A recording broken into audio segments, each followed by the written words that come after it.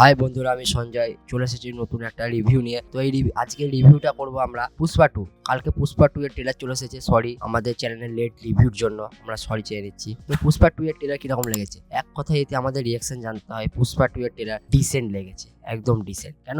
ওর জন্য অনেক কারণ আছে। ট্রেলারে ভালো দিকও আছে, খারাপ দিকও আছে। তো প্রথমে ভালো দিকগুলো কথা বলি। তো ভালো দিক হচ্ছে পুষ্পা 2 এ যখন আল্লু অর্জুনকে যখন যেরকম একটা বিল্ড আপ দিয়ে এন্ট্রি দিচ্ছে, ওই জায়গাটা সত্যি একটা ভালো জায়গা। মানে তারপরে যেরকম মানে শর্টগুলো ব্যবহার করা হয়েছে, শর্টগুলো সত্যি হেভি সুন্দর লাগছে।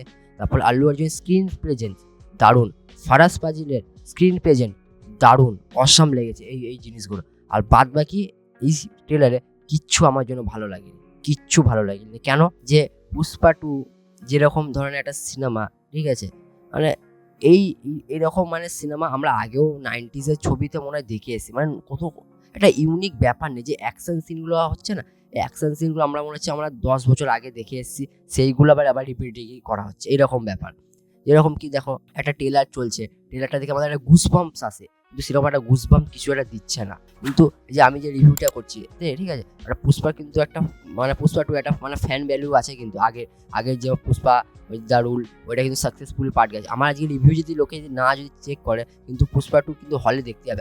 আজকে যদি ট্রেলারও যদি না আসতো না, তাও কিন্তু পুষ্পা 2 হলে লোকে দেখতে, কেন একটা ব্র্যান্ড ভ্যালু আছে পুষ্পা 2 এর। হ্যাঁ, মানে ভ্যালুটা করেছে। তুমি যদি পুষ্পা 2 এ দেখি, পুষ্পা 2 যদি কথা বলি, যে এরকম মানে অনেক জিনিস আছে না যেগুলো ভালো, যে অ্যাকশন সিনের একটা নিউ ব্যাপার নেই। সো মানে পুরোনো টাইপের এরকম। আর কি মানে দেখতে ইচ্ছা করছে না। মানে আমাদের যে মানে মনে একটা ফিল আসে, মানে একটা ট্রেলার দেখছি, মানে আর মাসি একটা ট্রেলার দেখছি, ঠিক আছে, মাস কমার্শিয়াল ছবি দেখছি, মানে একটা মানে শরীরে একটা গুজবাম্পস দেবে। ওই গুজবাম্পসটা তো লিটারালি আসছে না। তো তারপরে এখানে একটা জিনিস খারাপ লাগে, যেরকম পুষ্পার যদি কথা বলি, পুষ্পার আগের গানগুলো কিন্তু অনেক সাকসেসফুলি গান ছিল। এখানে শুধু একটা গানই সাকসেসফুল হয়েছে, যে মিকা সিং এর গানাটা, ও পুষ্পা ওই গানটাই শুধু বলতে সাকসেসফুল। বাদ বাকি আর একটা গান এসে শ্রেয়া ঘোষালের, হয়তো স্বামী, ওই গানটাও কিন্তু সেরকম একটা কিন্তু এসে নেই। ঠিক আছে, আমি এটা তো অন্য টপিকে কথা বলছি। তাও পুষ্পা 2 এর যে ট্রেলারটা কোনো একটা জায়গা থেকে মানে আমাদের একটা এনার্জি ভাইব দেবে, তো দিতে পারিনি। এটা হচ্ছে আমার বক্তব্য বলে আমি শেষ করলাম। ভিডিওটা ভালো লাগলে লাইক করবেন, শেয়ার করবেন আর কমেন্ট করবেন।